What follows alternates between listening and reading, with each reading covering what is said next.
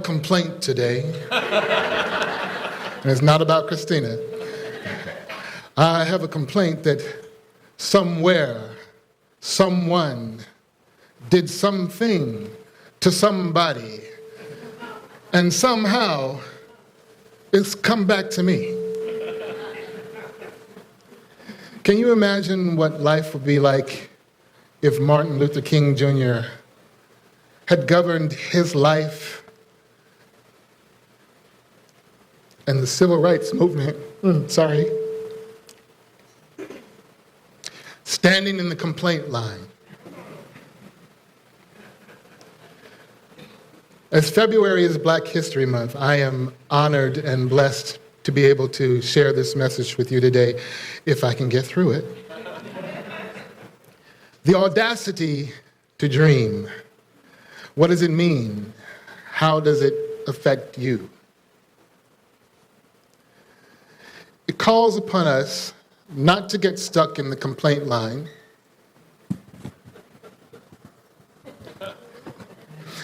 but to put our thoughts and our words to useful and productive action. Actions that allow us to continue to inspire people to make a positive difference in the world. How does Black history and the transformation of a people relate to Unity Church of Hawaii? So I ask, where do you stand? Dr. King chose not to stand in the complaint line. He stepped over to a line full of gratitude and peace and love and harmony, of hopes and dreams. Instead of being stuck complaining, he said, I say to you today, my friends, that even though we face the difficulties of today and tomorrow, I still have a dream.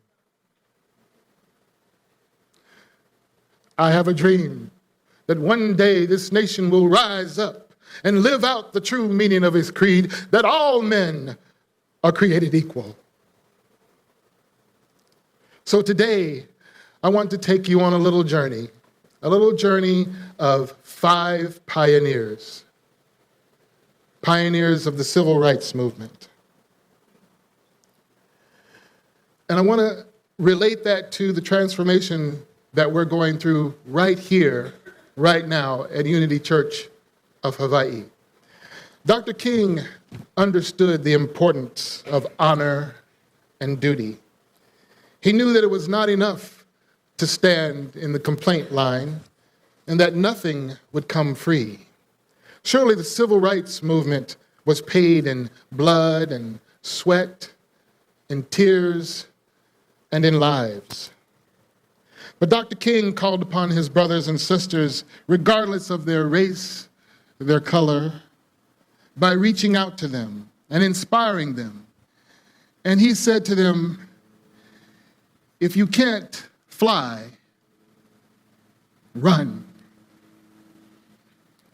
If you can't run, walk. If you can't walk, crawl. But whatever you do, keep moving. Keep moving forward. Right here, right now in Unity, we must keep moving forward. We know that God didn't bring us this far to leave us. There's an old hymn we used to sing in the Baptist church, and I guess they still sing it, but I'm in this church now.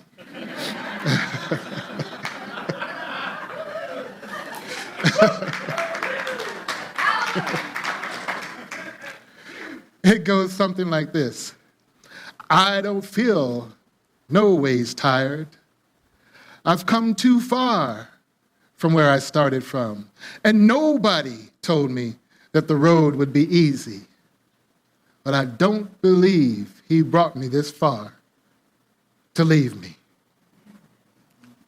The time is now to no longer live in the shadow of our past, but to create a new and glorious future for our global community. We know that Unity Church is a beacon of light to the global community. It is our honor and duty to work together just as Dr. King did so long ago, to bring people together in peace and harmony. True, right here in Unity Church of Hawaii, as Dr. King said, we are caught in an inescapable network of mutuality. We're tied in a single garment of destiny. Whatever affects one directly affects all indirectly. 1 Corinthians, verse 12, 13. It reads, some of us are Jews, some are Gentiles, some are slaves, and some are free. But we have all been baptized into one body by one Spirit. We all share the same Spirit. If you remember, there are times that Zamar sings a song called One in the Spirit. We are one in the Spirit. We are one in the Lord. And we pray that our unity will this day be restored.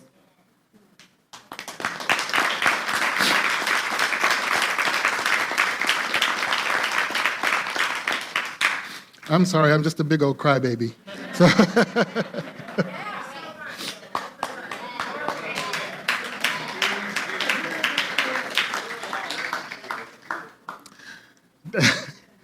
Dr. King's dream spoke of a new America.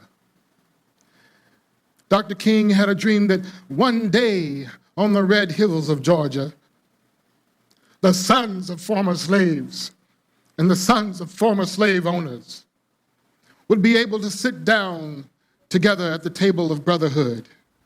He had a dream that the state of Mississippi would be transformed into an oasis of freedom and justice. He had a dream that his 4 little children would one day grow up in a nation where they are not judged by the color of their skin, but by the content of their character. He had a dream.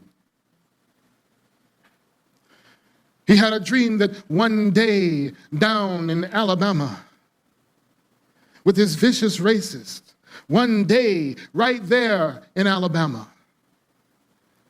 little black boys and black girls and black and white girls and white boys would join hands together. He had a dream. He had a dream that one day every valley shall be exalted. Every hill and mountain shall be made low. The rough places will be made plain, and the crooked places will be made straight. And we all will see the glory of the Lord. We'll see it together. Dr. King was joined in the fight by another pioneer in the civil rights movement, Rosa Parks.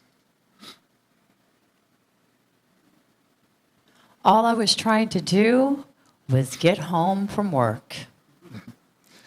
Rosa Parks is well known for her refusal to give up her seat on a city bus to a white passenger.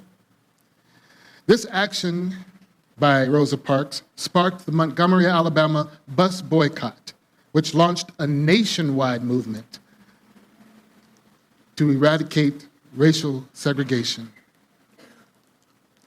Rosa Parks wasn't particularly physically tired that day. She was just tired of bearing the indignity. She knew that nothing would change in America unless people stood up. Rosa Parks, in this case, chose to sit down where she wasn't supposed to in order to stand up for equal rights. I don't think well of people who are prejudiced against people because of race. The only way for prejudiced people to change is for them to decide for themselves that all human beings should be treated fairly. We can't force them to think that way. Thank you. I remember one day in grade school, I was standing by my locker, trying to get in it, and a little girl by the name of Rebecca, a little white girl by the name of Rebecca. She was walking towards me, and because I knew her, I was going to say hello. But for some reason, she was afraid to touch me. She was afraid that my skin or my color would rub off on her. Now, I would imagine at that age, that's a lesson learned to children from someone other than themselves. So, over the summer, during our summer break, I don't know what happened to Rebecca, but we saw each other again in middle school. And back then, in those days, middle school was 6th grade only. I see some of you remember that. Again, I was standing at my locker, and down the hall was running Rebecca with her arms stretched wide open. She was yelling, Ralph Whitaker. And I was like, what you talking about, Willis? As she was running toward me, screaming my name, and I'm thinking, okay, what's this gonna be? She ran and put her arms around me, and she said, I'm so sorry.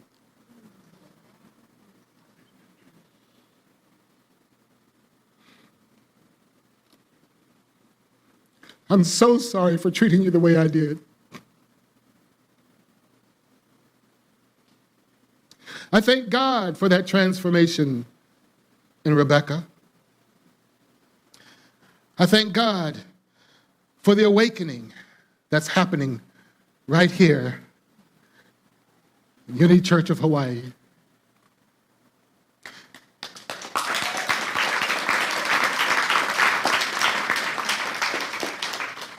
So it's because of pioneers like Reverend Dr. Martin Luther King and Rosa Parks that led the way in transforming America. And we know that that way was not easy. The Israelites questioned Moses. Moses was obeying God's will. He was obeying God's will to lead his people out of the bondage of Egypt.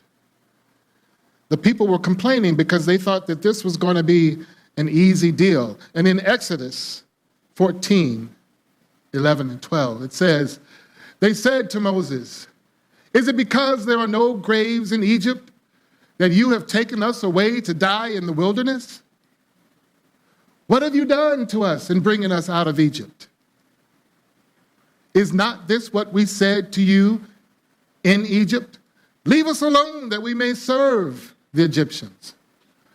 For it would have been better for us to serve the Egyptians than to die in the wilderness. They were complaining. Sometimes when I hear myself complain, I think about the chickens. Yeah, the chickens. There is a plethora of chickens outside my window. And I don't know if they are holding church or going to school or what they're doing, but it's clack, clack, clack, clack all the time. And sometimes I go out on the stairs and I say to them, you know what, I'm going to call Popeyes in a minute.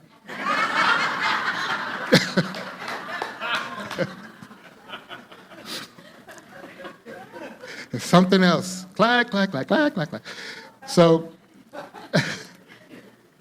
now it took the Israelites 40 years to get out of Egypt. But it's not going to take us 40 years to transform Unity Church of Hawaii, right? Amen. Sometimes it gets hard. And Dr. Martin Luther King explained this in the Give Us the Ballot address for freedom. And he says, sometimes it gets hard, but it is always difficult to get out of Egypt. For the Red Sea always stands before you with discouraging dimensions. And even after you've crossed the Red Sea, you have to move through the wilderness with prodigious hilltops of evil and gigantic mountains of opposition. But I say to you this afternoon, keep moving.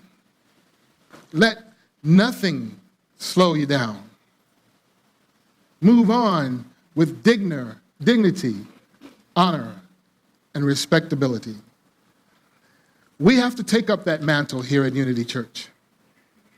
Our leaders are asking us to press on through the wilderness, to climb to the tops of those hilltops, those prodigious hilltops, to fly over those mountains of opposition, to keep moving, and don't let anything slow down Unity Church of Hawaii. Unity Church has a long history of opening its doors to people far and wide. Our kuleana to the community is to steer clear of the loop of complaining and get back to the business of embracing the values that brought us this far. For those of you visiting us here today, the word kuleana, loosely translated, means responsibility. The word kuleana refers to a reciprocal relationship between the person who is responsible and the thing which they are responsible for. So it is our kuleana to care for this spiritual community, to ride the waves of prosperity, to ride the waves of spiritual maturity, to ride the waves of personal responsibility, to ride the waves of inspiration, to ride the waves of love and peace. That all who pass through these doors will see the Christ in each and every one of us. And when they see the Christ in all of us, they'll say that Unity Church is a church on fire.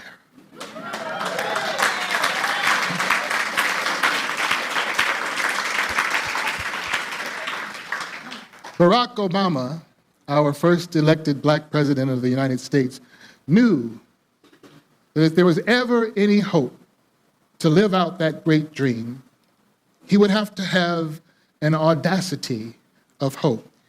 He knew that change will not come. Change will not come if we wait for some other person or some other time. We are the ones we've been waiting for. We are the change that we seek.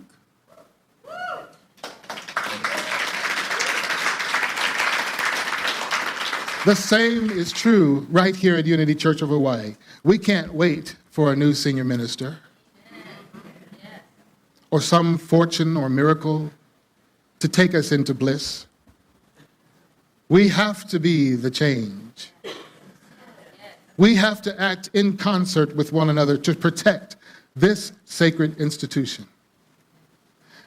The future holds for us the greatest of what our dreams might be. As Barack Obama said, The future rewards those who press on. I don't have time to feel sorry for myself. I don't have time to complain. I'm going to press on. Thank you. If we believe and continue to press on, we will carve out a great legacy that is ours to bestow upon the church at the foot of Diamond Head Mountain. And what will that legacy be? Will we rise to the occasion? I think so. Will we, as President Obama said, unite for the common good? President Obama delivered a speech in which one of his overarching themes was to invoke Americans of diverse ideological, social, and racial backgrounds. He united people, or called on people to unite for the common good. Don't we share that same dream here at Unity Church? People of different walks of life attend services here. We hear the same music. We hear the same message. We feel the same pain. We share the same laughter, and we heal the same wounds. Isn't it time that our journey bring us together? Isn't it time that all we've been through unite us for the common good and not divide us on selfish causes? The great courageous act that we must all do is to have the courage to step out of our history, out of our past, and into so that we can live the life of our dreams. Thank you. Oprah Winfrey.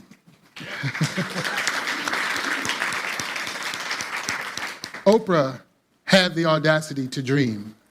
She endured physical abuse from relatives and family members.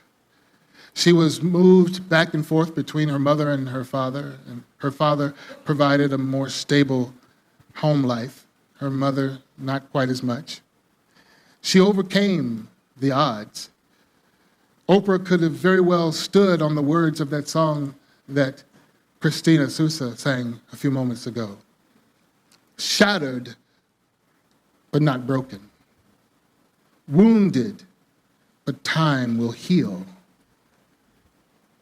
Heavy the load, the cross I bear. Lonely the road I trod, I dare. Shaken, but here we stand. Weary, but still we press on. Long are the nights and the tears that we cry. And dark are the days with no sun in the sky. Sometimes I'm troubled, but not in despair. Struggling, I make my way through. And trials may come, they make me strong. We must endure. We must hold on. Still, I rise.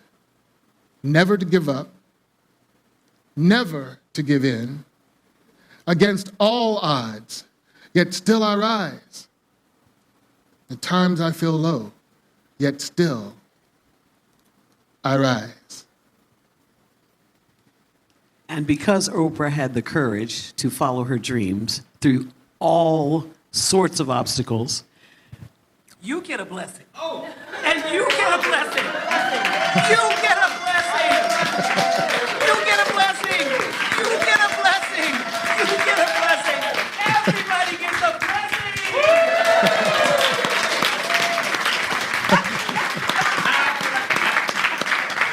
Thank you, Oprah. And you are a blessing.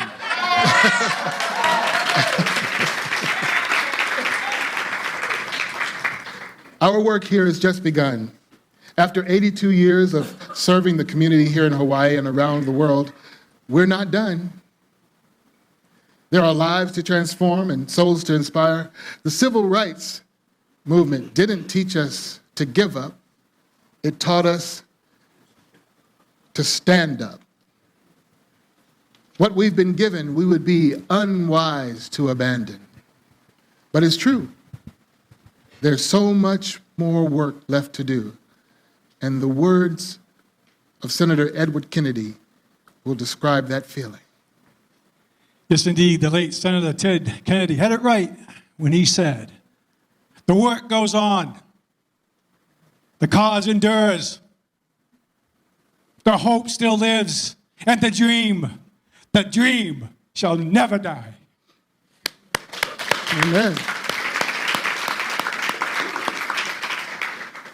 So as I begin to close, I want to leave you with this verse from Psalm 133:1 and introduce you to one last pioneer who had the audacity to dream. In Psalms 133, it reads, "Behold, how good and how pleasant it is for brothers to dwell in unity. It's not difficult. It takes communication. It takes an open mind and an open heart. It takes faith. It takes cooperation and sacred service. It takes patience. It takes strength. It takes respect and trust. It takes responsibility and accountability. It takes integrity. And these are some of the values that we are working on right here in Unity Church right now. But most of all, it takes you. It is each of us building this community together, and here are some of the ways we're doing it. It's the person stepping forward for board service. It's the person taking spiritual education and enrichment courses. It's the person participating in the Q process, the workshops, the trainings that are being offered here during transition. It's the person volunteering their time, their treasure, and their talent. It's the person who continues to show up, even in the face of conflict in our community. It takes all of us to look at those high places where dreams are no longer just an audacity, but a reality. Maya Angelou is a woman who could put you right in the story with the sound of her voice. From the poem alone, she writes, "Now, if you listen closely, I'll tell you what I know. The storm clouds are gathering. The wind is gonna blow. The race of man is suffering. And I can hear the moan, because nobody, but nobody is out here can make it alone. It's gonna take all of you. The audacity to dream. Barack Obama had the audacity to dream. Oprah Winfrey, Rosa Parks, Maya Angelou, Dr. Martin Luther King. They had dreams. We have a dream. We have a dream that we will rise up and live out the true meaning of our creed, that we will transform lives and make a positive difference in the world. And we're doing it. Each of us is doing our part. And I thank you. I thank all of you for continuing to stand up for Unity Church of Hawaii. This is a community worth standing for, and we want to end on the note. Thank you.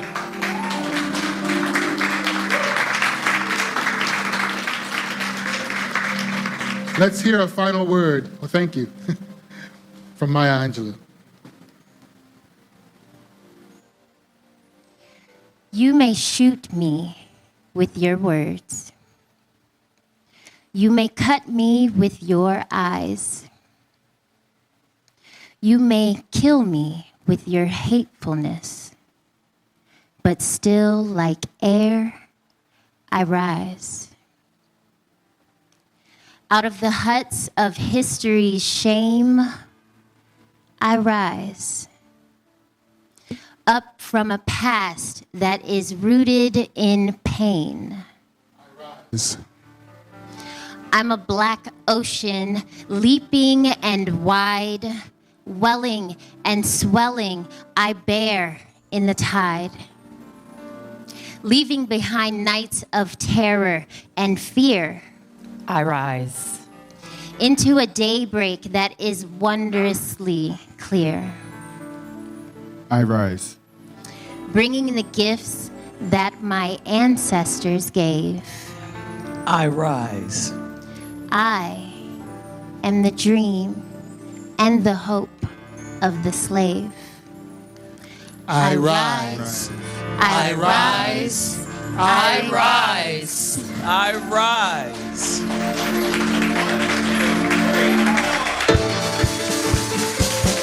Going up to the high places. We're going up to the high places. We're going up to the high places To celebrate with the kingdom come. Let's go up We're going up to celebrate with the kingdom.